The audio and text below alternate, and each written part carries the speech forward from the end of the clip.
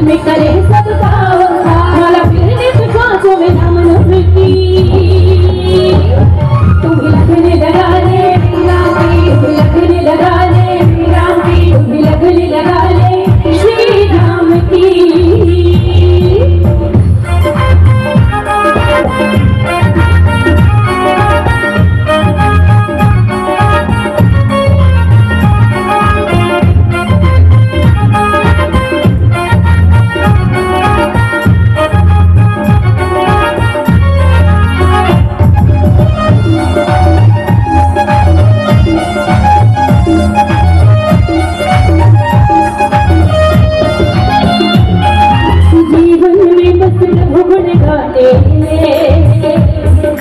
ऐसा काम करे उसको निठाने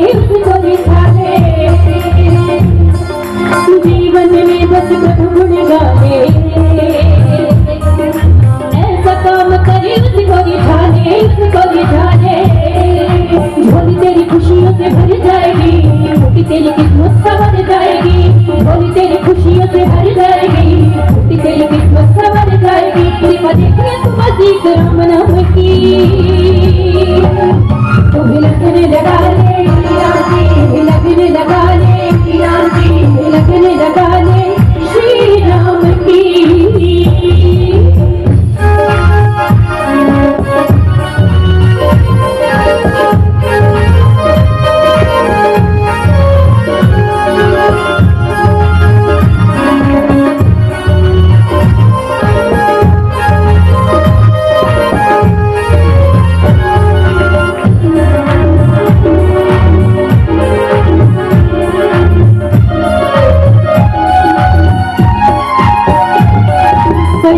जीवन यूं ही गवाया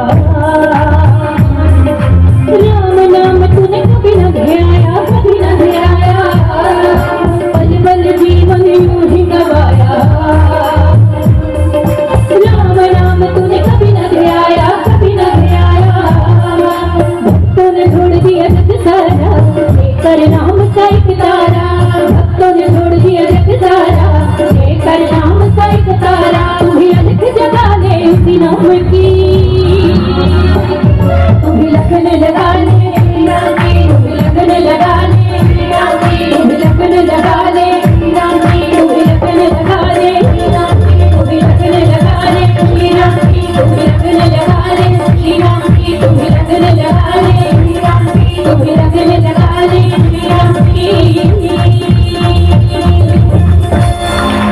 जय जय श्री राम जय श्री राम जय श्री राम जय श्री राम। 7 कांड हैं और वाल्मीकि रामायण के अंदर भी 7 कांड हैं और गोस्वामी तुलसीदास जी ने या भगवान वाल्मीकि जी ने बड़ा सोच विचार के प्रभु की कथा को 7 पार्ट के अंदर डिवाइड किया है। 7 कांड मतलब 7 भाग हैं उसके। और जब हम रामचरितमानस पढ़ते हैं हम सबको पता है सबसे पहले कांड क्या आता है, बालकांड। बालकांड में क्या है, भगवान श्री राम की बाल लीलाएं हैं। बाल लीलाओं से संबंधित जो घटनाएं हैं वो बालकांड के अंदर आती हैं। और गोस्वामी तुलसीदास जी हमें इससे के आध्यात्मिक संदेश दे रहे हैं कि जब तक एक इंसान, एक मानव बालक के समान नहीं बन जाता तब तक वो भगवान के इस मार्ग पे आगे नहीं बढ़ सकता। क्योंकि बालक का एक स्वभाव होता है निर्मलता, पवित्रता। इसलिए रामचरितमानस में भी आता है कि जिनके मन पवित्र हैं वही परमात्मा को पा सकते हैं। इसलिए सबसे पहला कांड है बालकांड। यानी अगर भगवान को प्राप्त करने की इच्छा रखते हैं, उम्र चाहे 70 है 80 है वो मायने नहीं रखता। हमारा हृदय जो है वो बालक के समान पवित्र होना चाहिए।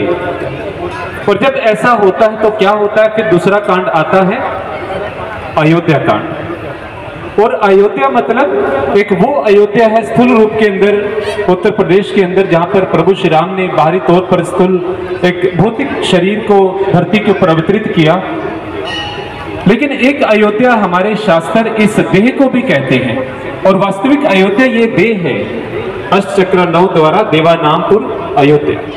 8 चक्रों वाली और 9 द्वारों वाली ये जो देह है, यहाँ पे क्या है, वो अयोध्या है जहां पर प्रभु श्री राम का निवास स्थान है। इसलिए जब हम बालक बन जाते हैं, बालक के समान हमारे, बालक मतलब अबोध नहीं, अज्ञानी नहीं, जब सरल हृदय बन जाते हैं, जब हम पावन पवित्र हृदय बन जाते हैं, फिर घट के अंदर जो राम बैठे हैं, जो भगवान बैठे हैं, फिर उसका पता चल जाता है। और जब उसका पता चलता है फिर क्या होता है, अगला कांड आता है अरण्य कांड। अरण्य कांड यानी कि अरण्य कहते हैं वन को, जंगल को। जब जीवन के अंदर ऐसा होता है तो जीवन अरण्य बन जाता है, वन बन जाता है, जंगल बन जाता है। जंगल का भाग एक सांकेतिक कांड है, मतलब जब भगवान का जीवन के अंदर पदार्पण होता है तो जीवन जंगल बन जाता है, यानी कि संसार में रहते हुए भी हम संसार में आसक्त नहीं होते हैं। इस देह के अंदर रहते हुए भी देह के ऊपर आसक्त नहीं होते हैं। जंगल यानी कि जिस महल में रहते हैं वहां पर भी उसमें आसक्ति नहीं है। आप किस जगह पर है, आप कौन सी पोस्ट के ऊपर हैं, आपका शरीर कितना सुंदर है, आप कितने पढ़े लिखे हैं, कितने विद्वान हैं, उसके अंदर एक व्यक्ति का मन आसक्त नहीं होता, यानी कि उसका जीवन जंगल बन जाता है। और ये अध्यात्म की, ये भक्ति की सबसे बड़ी एक अवस्था है जब जीवन के अंदर एक साधक निरासक्त हो जाता है। और गोस्वामी तुलसीदास जी ने आसक्ति को सबसे बड़ा रोग कहा है, सकल मोह व्याधि कर मूला, पीते पुनि उपजे बहुसूला। हम सब पढ़ते हैं, सुनते हैं, लेकिन समस्या देखिए फिर वही है। रामचरितमानस में पढ़ते हैं कि मोह सब दुखों की जड़ है, लेकिन ऐसा कौन है यहाँ पर बैठा जिसको मोह नहीं होता है। किसी को अपने तन से मोह है, किसी को बच्चों से मोह है, किसी को अपनी पोस्ट से मोह है, किसी को आने वाली जो प्लानिंग्स हैं, योजनाएं हैं, उनसे मोह है, आसक्ति है, अपने घर से आसक्ति है। आसक्ति अनेक प्रकार की है। इसलिए गुरु भक्तों, ये जो मोह है ये इंसान को बांध के रखता है संसार के साथ, और जब तक ये मोह नहीं टूटता है तब तक भक्ति नहीं हो सकती है। और जहां अरण्य कांड है वो हमें समझा रहा है, जीवन जब जंगल बनेगा तब प्रभु के मार्ग पर आगे बढ़ा जाता है। अरण्य कांड के बाद क्या आता है फिर, किष्किंधा कांड। किष्किंधा कांड में क्या है, वहां पर भगवान श्री राम और सुग्रीव की मैत्री होती है, मित्रता होती है। यानी कि जब जीवन के अंदर जंगल आ जाता है, यानी कि निरासक्त भाव हो जाता है, तो जीवन के अंदर भगवान के साथ मित्रता हो जाती है, भगवान हमारे मित्र बन जाते हैं। और जब मित्र बनते हैं तो फिर अगला प्रसंग क्या आता है, सुंदरकांड, जिसका आज हम चर्चा श्रवण कर रहे थे। यानी कि जीवन सुंदर बन जाता है। संपूर्ण रामचरितमानस में सुंदरकांड एक ऐसा प्रसंग है जहां पर भगवान, भक्त और भक्ति एक जगह पर पढ़ने को, सुनने को मिलते हैं। सिर्फ सुंदरकांड के अंदर यहाँ पर एक भक्त की यात्रा है जो हम श्रवण कर रहे थे, हनुमान जी की भक्ति की खोज में। और वह भक्ति जो भक्त को प्रभु के श्री चरणों में ले जाती है, इसलिए इस कांड का नाम सुंदरकांड रखा गया है, जहां पर भक्त भगवान और भक्ति मिल जाते हैं, एकाकार हो जाते हैं, वहां पर सुंदरकांड हो जाता है, जीवन सुंदर बन जाता है। इसलिए रामचरितमानस में कहा गया, भक्ति स्वतंत्र सकल सुख खानी। जो भक्ति है वो स्वतंत्र है, सब सुखों की खान है। इसलिए जब जीवन के अंदर ये अवस्था आती है, जीवन सुंदर बनता है, फिर अगला कांड क्या है, उत्तरकांड या कुछ और है, हाँ जी, लंका कांड। सुंदरकांड के बाद फिर आता है लंका कांड। यानी कि जब जीवन के अंदर भगवान आ जाते हैं तो जीवन के अंदर, इस देह के अंदर जो रावण बैठा है, फिर उसका वध होता है। रावण कौन है, हमारे विकार, काम, क्रोध, लोभ, मोह, अहंकार, जो हमने अपने घट के अंदर बिठा कर रखे हैं, जन्म से लेकर अनेकों जन्मों से लेकर इस देह के अंदर जिनको पाल कर रखा है, वो रावण है। इसलिए हम संसार के अंदर जब देखते हैं, और बड़ी विडंबना है कि हमारे चंडीगढ़ शहर के अंदर विश्व का सबसे ऊंचा रावण बना था लास्ट टाइम। हम क्या समझाना चाहते हैं संसार को, विश्व को, उस पाश्चात्य जगत को, पाश्चात्य विश्व को, कि हमारे भारत में आज भी रावण सबसे ऊंचा है। क्या समझाना चाहते हैं, जबकि कद किसका ऊंचा करना है, राम का कद ऊंचा करना है। इसलिए जब जीवन के अंदर राम आते हैं तो रावण का दहन हो जाता है। इसलिए हम बाहर के रावण बड़े ना बनाएं, क्योंकि वो हमारे मन के अंदर जो रावण बैठा उसका प्रतिबिंब है, वो हमें समझा रहा है। बाहर के रावण हर साल जला देते हैं, अंदर का रावण कब जलाएंगे? ये रावण पता नहीं कब उठ खड़ा होता है, कब अपने हुंकार भरने लगता है। समाज में हम देखते हैं, घर घर में कहानियां देखते हैं, घर घर में घटनाएं देखते हैं। भक्त तो हम भगवान के हैं, लेकिन कर्म कहीं ना कहीं रावण वाले कर जाते हैं। इसलिए समाज के अंदर आज पढ़ाई की, लिखाई की, आज विद्वता की, आज संसाधनों की, आज किसी प्रकार की कोई कमी नहीं है। कमी है तो संस्कारों की, और संस्कारों की कमी किस लिए है? क्योंकि भगवान नहीं है जीवन के अंदर, और जहां पर भगवान नहीं होते वहां पर संस्कार नहीं होते। इसलिए हमारे गुरुदेव सर्व श्री आशुतोष महाराज जी कहते हैं, अगर अपने बच्चों को कुछ देना है तो उसे संस्कार दीजिए। अगर आप बच्चों को संस्कार दे पाए तो अपने लिए अच्छा घर बना लेंगे, मोटर कार ले लेंगे, लेकिन अगर आप संस्कार नहीं दे पाए तो आपका बनाया हुआ सब कुछ वो ऐसे ही बर्बाद कर देंगे। इसलिए कबीरदास जी ने बड़ी सुंदर बात कही है, जननी जने तो भक्त जन, या दाता या सूर, नहीं तो जननी बांझ रहे काहे गवाए नूर। बड़ी सुंदर बात। कबीरदास जी जो संसारिक, उनको भौतिक ज्ञान नहीं था, किसी यूनिवर्सिटी के अंदर नहीं गए, लेकिन सोच देखिए, विवेक देखिए, वो समझा रहे हैं समाज को, जननी जने तो भक्त जन, या दाता या सूर। यानी कि अगर एक माता किसी बच्चे को जन्म देना चाहती है तो ऐसे बच्चे को जन्म दे जो दाता हो, दानवीर हो, समाज के लिए परोपकार की भावना के लिए काम करे, या फिर शूरवीर हो, यानी अपनी राष्ट्र भक्ति से परिपूर्ण हो, अपना जीवन राष्ट्र भक्ति में लगाए, या फिर भक्त हो, यानी कि अपने जीवन को उस परमात्मा की बंदगी में लगा दे। नहीं तो जननी बांझ रहे काहे गवाए नूर, नहीं तो वो बांझ ही अच्छी है, वो कम से कम अपना जीवन तो, अपनी जवानी तो खराब ना करे। एक समझाने का ढंग है महापुरुषों का। इसलिए ये जो कथा है ये हमें समझा रही है, सिर्फ यहाँ पर बैठकर। बड़ा अच्छा प्रबंध है, बड़ा दिव्य माहौल है। शिव वाटिका इसका नाम है, एक नेम प्लेट लगी थी उसके ऊपर लिखा था शिव वाटिका के अंदर बड़ी दिव्य भक्त हनुमान जी की कथा आप सबने श्रवण की है, लेकिन वह दिव्यता हमारे जीवन में, हम सबके जीवन में भी उतर जाए, तभी जीवन सुंदर बनता है। तभी जीवन के अंदर फिर जो अंदर रावण बैठा है, फिर लंका कांड होता है, गट के विकार खत्म हो जाते हैं। और लंका कांड जब होता है फिर आगे क्या है? उत्तर कांड, यानी कि जीवन के सभी प्रश्नों के उत्तर मिल जाते हैं।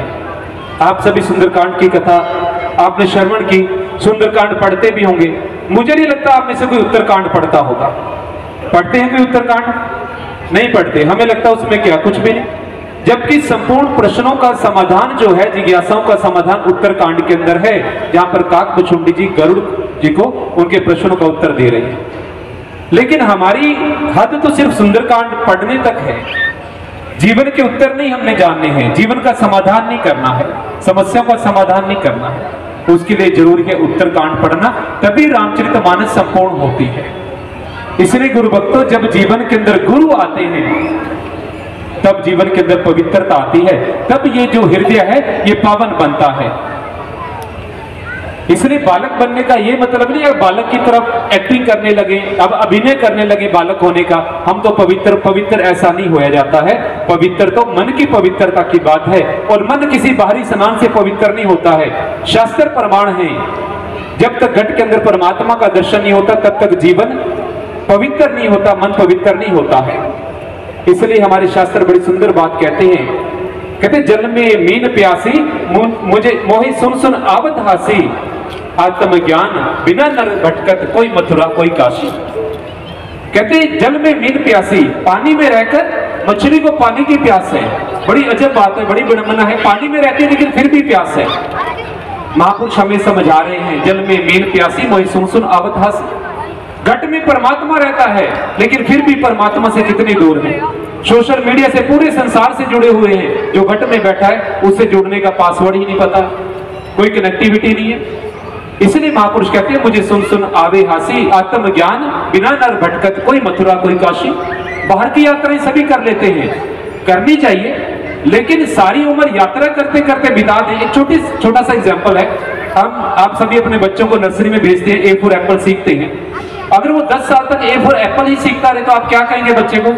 कहेंगे बड़ा होशियार है, 10 साल हो गए ए फॉर एप्पल पढ़ रहा है। उसे कहेंगे महानालायक, कैसे समझ नहीं लगी एप्पल होता क्या है।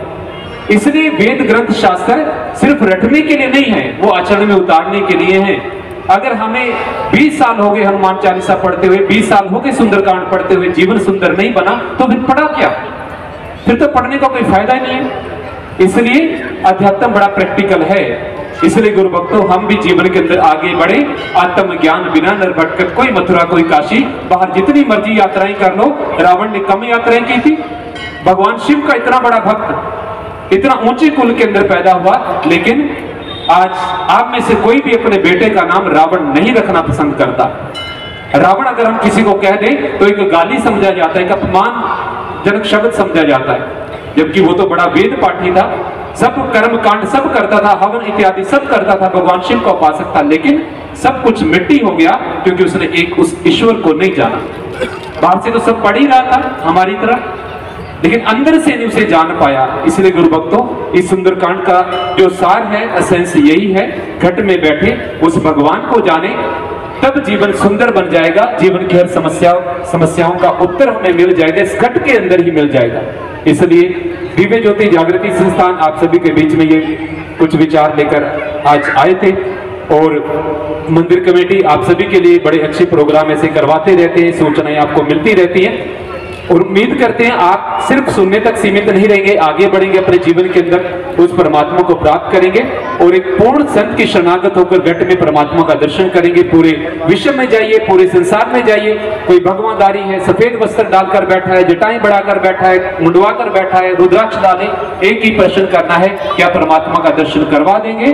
अगर वो करवा देता है, परमात्मा का प्रकाश स्वरूप घट के अंदर वो ज्योति प्रकट कर देता है, तो समझ लेना पूर्ण है। नहीं तो अपना वो कोई धंधा कर रहा है, धर्म के नाम पे आगे बढ़ जाइए विवेकानंद जी की तरह। 52 गुरु धारण किए, 52 में रामकृष्ण परमहंस मिले। इसलिए खोज तो करनी पड़ती है, और जिन खोजा तिन पाया, जिस जो खोज करता है उसको मिल जाता है।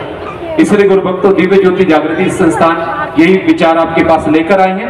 और पिछली बार भी जो 5 दिवसीय रामकथा हुई, आप सभी यहाँ पर पहुंचे होंगे, बड़े अच्छे और कवर करके। हैप्पी शर्मा जी, तुम भी आ जाओ, अपनी टीम लेके, दोनों भी नाम बोलिया जी, आ जाओ, जल्दी आ जाओ। सागर पावा जी और उन्होंने नाल पाल जी,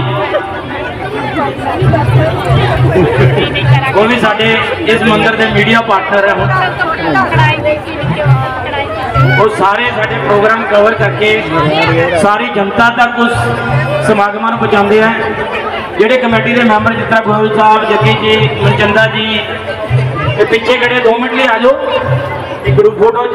जितेश जी, पंडित जी आ जाओ, सुशील जी आ जाओ 2 मिनट लिए, महाजन साहब,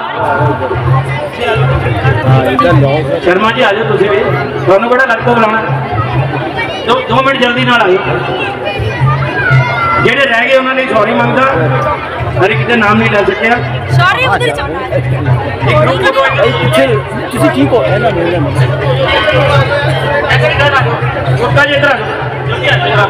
थोड़ा जल्दी आओ।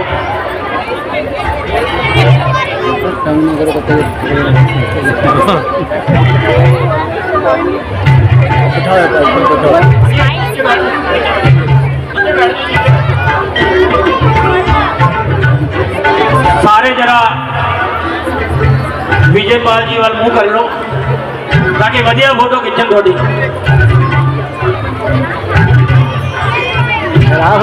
भाई साहब नीचे बैठ जाओ। हाँ जी, इन्होंने बिठा दिया नीचे बैठ। सर एक बार देखो प्लीज। जल्दी करो।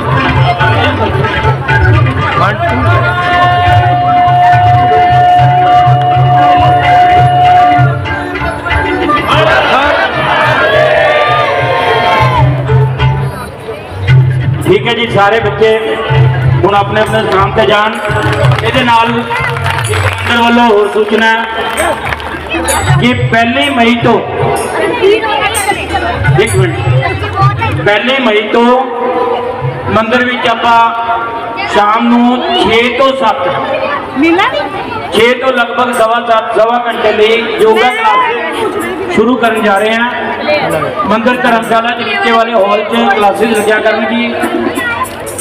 जिन्होंने ने योगा क्लास पार्टिसिपेट करना है वो शशि पंडित जी या दूसरे पंडित जी जिन्हें भी मंदिर च है उन्होंने को अपने नाम नोट करान। महिलावां ते भाई जिन्हें भी हैं, संगीता सेतिया जी जो सेतिया साहब की बड़ी बहू है वो इन्हों योगा सिखाएंगे क्योंकि वो योगा का प्रशिक्षण उन्होंने दिता हुआ है। इसलिए 1 मई तो शाम 6 तो सवा 7 बजे तक मंदिर के नीचे वाले धर्मशाला के नीचे वाले हॉल च आप योगा क्लासेस शुरू करने जा रहे हैं। वो रूटीन च लगेगी और अगे का प्रोग्राम आरती तो बाद इस गेट तो अपने एक अपने विच गुलाटी जी जिन्हों का आप मान सम्मान पिछली बारी करना भुल गए थे ये हो गया। हाँ जी हाँ जी लो मेरे को फोन कर रहा था ना गुलाटी जी मैंने उठाया नहीं है नेड़े मैं अमृत लाल गुलाटी जी वो बाहर जोत के को ड्यूटी पे बैठे हैं, पिछली बारी भी रह गए थे तो उन्होंने कहूँगा कि जल्दी आ जाए। और मैं प्रधान और जनरल सेक्रेटरी साहब को कहूँगा कि अपने विच संजीव जोशी जी और मदन गोयल जी उन्होंने सरोपा देकर सम्मान कर। और मार्केट तो सुशील गुप्ता जी आ गए और कांसल साहब विजयपुरी जी और मनोज मक्कड़ जी मार्केट कमेटी के चारों मेंबर आए हुए हैं, उन्होंने भी सम्मान कर।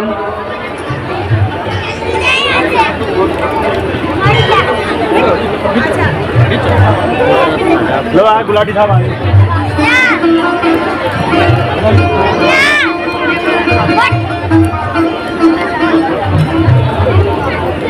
ये 480 वाले गुप्ता जी बैठे हैं था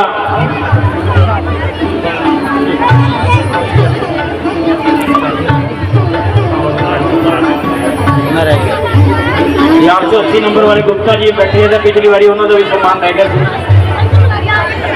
राधिका ज्वेलर उसका बुलाता जुड़ो कि वो कहने भी स्पेशल नाम राधिका ज्वेलर नहीं लेता सॉरी आए ना।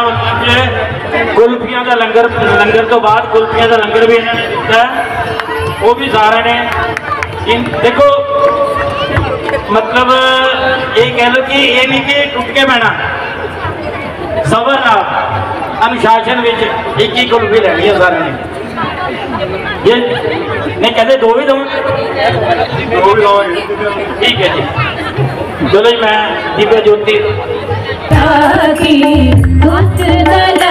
रघुनाथ करानी आरती की जय हनुमान लला की आरती की जय हनुमान लला की जाके बल से गिरिवर खाके रोग दोष जाके निकट न जाके जाके बल से गिरिवर खाके रोग दोष जाके निकट न जाके अंजनी पुत्र महाबलदाई संतन के प्रभु सदा सहाई आरती की जय हनुमान लला की आरती की जय हनुमान लला की देवी रघुनाथ पठाए लंकाधार सिया दिलाए